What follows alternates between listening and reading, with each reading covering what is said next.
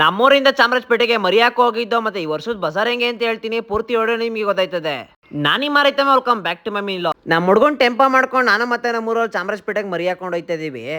Total ಎಷ್ಟು ಮರಿಯಪ್ಪ ಅಂತಂದ್ರೆ 15 ಮರಿ ಹಾಕೊಂಡು ಹೋಯ್ತಾ ಇರೋದು.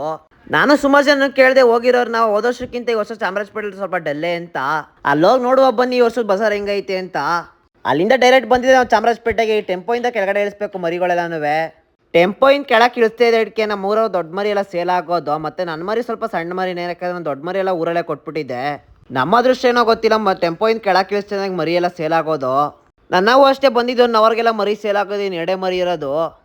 ಮತ್ತೆ ಚಾಮರಾಜಪೇಟೆಯಲ್ಲಿ ಈ ವರ್ಷದ ಬಜಾರ್ ಹೇಳ್ಬೇಕು ಅಂತಂದ್ರೆ ಹೋದ ವರ್ಷಕ್ಕಿಂತ ಈ ವರ್ಷ ಅರ್ಧಕ್ಕರ್ಧ ಬಜಾರ್ ಇಲ್ಲಕ್ಕೆ ಇಲ್ಲ. 65,000 70,000ಕ್ಕೆ ಹೋಗೋ ದೊಡ್ಡ ಮರಿಗಳೆಲ್ಲ 35,000 40,000ಕ್ಕೆ ಬಂದ್ಬಿಟ್ಟೈತೆ. ಈ ವರ್ಷ ಮಾತ್ರ ಹಂಗೈತೆ ಡಿಮ್ಯಾಂಡ್. ಯಾಕಂದ್ರೆ ಮರಿ ಸಾಕೋರು ಜಾಸ್ತಿ ಆಗೋದ್ರು, ಮತ್ತೆ ಮರಿ ಡಿಮ್ಯಾಂಡ್ ಹಂಗೆ ಇಳಿದೈತೈತೆ ವರ್ಷ ಬತ್ತಾ.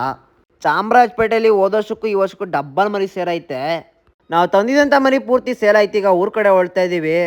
ನೆಕ್ಸ್ಟ್ ಬ್ಯಾಚ್ಗೆ ನಾವು ಮರಿ ಹೇಳ್ತೀವಿ ಅಂತ ಗೊತ್ತಾಗಬೇಕಾದ್ರೆ ಈಗಲೇ ಫಾಲೋ ಮಾಡ್ಕೊಂಡು ಮಾಡಿಕೊಳ್ಳಿ. ನಾನು ಹಾಕೊಳ್ಳಿ ನಿಮಗೆ ಪಟ್ ಅಂತ ಬರ್ತದೆ.